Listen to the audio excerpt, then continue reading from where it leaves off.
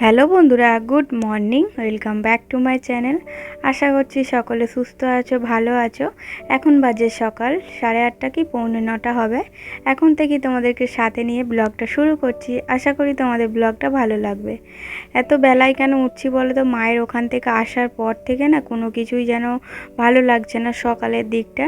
তো সকালে তো ঘুম ভাঙছেই না। অন্য অন্য সময় কী হতো বলো তো? 6টা 6:30 বাজলে ঘুম ভেঙে যেত। মায়ের ওখান থেকে আসার পর শরীরে কোনো রকম যেন এনার্জি নেই, মানে সকালটাই এনার্জি থাকে না। তারপরে বেলা হলে যেমন তেমন হয়ে যায়, কিন্তু সকালে ওঠাটাই একদম মুশকিল হয়ে যাচ্ছে, একদম ঘুম ভাঙছে না। তো ফোনে অ্যালার্ম দেওয়া থাকে, তাও যেন কানে শুনতে পায় না, এমনই হয় সকালবেলাটা। তো 8:30 থেকে ঘরের বাসি কাজে হাত দিলাম। আমার হাজবেন্ড চলে গেছে, তো ও বেরিয়ে যাওয়ার পরেই তারপরে আমি উঠেছি। তো ওকে চাও করে দিই না, আর সকালে যে ছাতুটা খেয়ে যায় ওটাও গুলে দেওয়া হচ্ছে না, কারণ বেলায় উঠছি বলে। তো ভালোই হলো একদিকে বেলায় উঠে। তো ও থাকলে তো আমার ঘরের কোনো কাজই হয় না। তো ও চলে গেলে তবু আমার ঘরের কাজগুলো ঝটাঝট হয়ে যায়। তো এখন কেউ আর নেই ঘরের মধ্যে, মেয়ে আছে। তো মেয়ে ঘুমোচ্ছে, ও তো এখন উঠবে না, ওকে যতক্ষণ না ডাকছি ততক্ষণ উঠবে না। তাই ঝটপট ঘরের কাজগুলো করে নিচ্ছি। বিশেষ করে সবথেকে বড় কাজ হচ্ছে ঘর মোছাটা। তো ঘর মোছাটা বড় কাজ বলছি কেন বলো তো? ওরা যদি সবাই সবাই মিলে ঘরে থাকে না, আমার হাজব্যান্ড আমার মেয়ে যদি জেগে থাকে, ঘরে থাকে, তো আমি যদি ঘর দালান মুছি শুকনো হতে দেয় না, মানে ভিজের ওপর দিয়েই হাঁটা যাওয়া করে। তাই জন্য এটাই আর কি, যখন ঘরে কেউ থাকে না তখনই ঘর দালানটা মোছার চেষ্টা করি আর কি।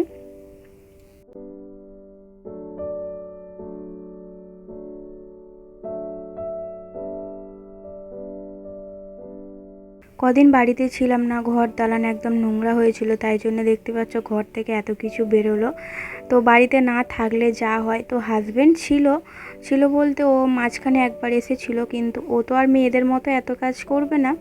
তাই জন্য এই ঘরের অবস্থা এরকমই হয়ে আছে। তো আগের দিন কিছুটা ডাস্টিংয়ের কাজ করেছিলাম, তো এখন আপাতত সেরকম কিছু নেই, আছে নেই বলবো না। তো বেলা হয়ে গেছে বলে এইসব কাজগুলো আর এখন করছি না, কারণ রান্নাটাও করতে হবে। তো অনেকটা বেলা হয়ে গেছে, ঘরের কাজ সারতে সারতে এখন প্রায় 10টা বাজে। দেখতে পেলাম আমি চা খেলাম। তো চা না খেলে এনার্জি পাচ্ছিলাম না, তো চা খেয়ে বাকি কাজে হাত দিলাম। বাকি কাজ বলতে ঘর মোছা, ঘর ঝাড়ু দেয়া, এগুলো তো হয়ে গেছে। কিন্তু এই বাসনপত্র যেমন মেজে রেখে গিয়েছিলাম তেমনই মানে মাজা গামলির মধ্যে পড়েছিল, সেইগুলো সব উপর করে রাখছি। আর খিদেও পেয়েছে অনেকটা, মেয়েকে টিফিন দিয়ে দিয়েছি। তো এখন আমি একটু ছাতু খেয়ে নিচ্ছি, যেহেতু আজকে নিরামিষ, শনিবার, সেরকম কিছু করতে পারবো না। তো মেয়ে হচ্ছে ম্যাগি করে দিয়েছি মেয়েকে, আর আমি এদিকে একটু ছাতু খেয়ে নেবো। খেয়ে হচ্ছে কি রান্না হবে না হবে, সবজিপাতি তো কিছু নেই।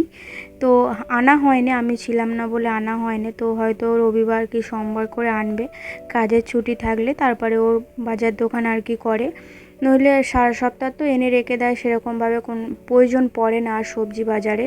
মাছটা আনা আছে ফ্রিজের মধ্যে, আজকে তো শনিবার, আজকে আর করবো না মাছটা, সে দিয়ে কি সোমবার করে করব। রবিবার একটু মাংস না হলে আবার চলে না, তাই জন্য রবিবার আর করব না। আর সব বোতলগুলোও পড়েছিল, বোতলগুলো সব ধুয়ে পরিষ্কার করে রেখেছিলাম। এখন কয়েকটা বোতলে জল ভরে রাখছি, কারণ ড্রামে যতটুকু জল আছে আর কি ততগুলোই বোতল ভরবো। তারপরে রেখে দেবো, হাজব্যান্ড এলে ড্রাম উল্টে দিলে তারপরে বাকি বোতলগুলো ভরবো। মুড়ি শেষ হয়ে গেছিলো, মুড়ির জন্য টিফিনও করতে পারছিলাম না। আমাদের তো মানে সকালের দিকে বেশিরভাগ মুড়িটাই খাওয়া হয়, আর বাইরের একটা দিন টিফিনে আনা হয়, রবিবার কি সোমবার। তো মুড়ি শেষ হয়ে গেলে খুব সমস্যা হয়। মেয়েও মুড়ি খায় মাঝে সাঝে, সন্ধ্যেবেলার টিফিন কিংবা সকালের টিফিনে মাঝে সাঝে মুড়ি খায়, ঝুড়ি ভাজা আনা থাকে, তো ওই দিয়ে ও মুড়িটা খেয়ে নেয়। তো ওদিকের খাওয়া দাওয়া কাজ কমপ্লিট করে এদিকে চলে এসেছি সবজি কাটতে। তো বৃষ্টিও মাঝে মাঝে পড়ছে গুঁড়ি গুঁড়ি। তো ভাবছি কী করব। মেয়ে কদিন ধরে বলছে নিরামিষ হলে না মুগের ডাল, পোস্ত এইসব দিয়ে আমার মেয়ে একদম খেতে পারে না, মানে খেতে চায় না, খেতে বসলেই মানে কান্নাকাটি আরম্ভ হয়ে যায়। তাই আজকে ওর পছন্দের একটু রান্না করব। তাই জন্য একটু আলু ভাজার জন্য কেটে রাখছি, আর আলুটা ভেতরে খারাপ ছিল।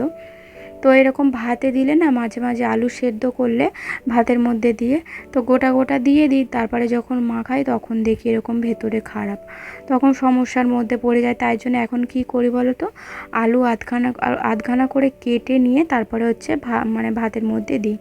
তো বাইরে বৃষ্টি হচ্ছে, এত জামা প্যান্ট সব আমার হাজব্যান্ড আর কি কেচে দিয়ে গিয়েছিলো। ও কোনো দিন কিন্তু কাচে না, তো যেহেতু এগুলো খুব দরকার কাজের জামা প্যান্ট, তো বৃষ্টির কারণে শুকনো হবে কি না, বেলায় কাচলে ছেলে, তাই জন্য আমার হাজব্যান্ড সকাল সকাল ঘুম থেকে উঠে এগুলো আর কি কেচে দিয়ে গেছে। বৃষ্টি পড়ছে বলে আমি এখন দালানে মিলে দিলাম, যদি রোদ্দুর ওঠে তো আবার পরে বাইরে দিয়ে আসবো। তো আজকে হচ্ছে ডালে চালে মিশিয়ে একটু খিচুড়ি করব। তো গোবিন্দভোগ চাল এনেছিলাম, তো ওর সঙ্গে একটু সবজি হলে ভালো হতো, কিন্তু সবজি তো এই মুহূর্তে আমার কাছে নেই, তাই জন্য শুধুই করব, শুধু ডাল আর চাল দিয়েই করব। তো এই আলু অল্প কটা ভেজে নিচ্ছে, একটু পটল থাকলে বেগুন থাকলে ভালো হতো। খিচুড়ি হলে না আমার একটু বেগুন ভাজা খেতে খুবই ভালো লাগে।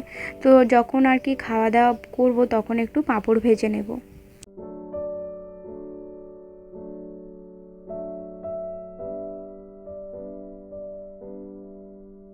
বৃষ্টি বৃষ্টি ওয়েদার থাকলে মেঘলা মেঘলা কিন্তু খিচুড়ি খেতেই বেশ ভালো লাগে, কিন্তু হাজব্যান্ডের কারণে খাওয়া হয় না। ও খিচুড়িটা খুব একটা পছন্দ করে না, তো খেতেই চায় না একদম। মাঝে সাঝে অনেক দিন ছাড়া একবার হলে, শীতকালটাই মাঝে সাঝে হয়, কারণ শীতকালে অনেক রকম সবজি পাওয়া যায়, তো সব রকম সবজি দিয়ে করলে তবু একটু খেতে মানে ইচ্ছা করে।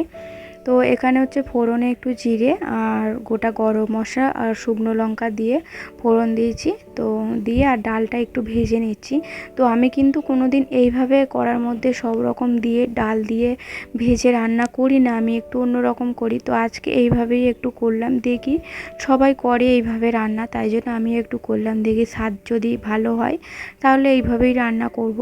তো আমি কি করি বলো তো, ডাল আর চাল, ডালটা একটু ভেজে নিয়ে শুকনো ভেজে নিয়ে শুকনো কড়াই ভেজে নিয়ে ডালটা আর চালটা সেদ্ধ হতে দিয়ে দিই, আর কড়ার মধ্যে আলাদা মশলা কষে যখন খিচুড়ি হয়ে যায় তখন দিয়ে দিই।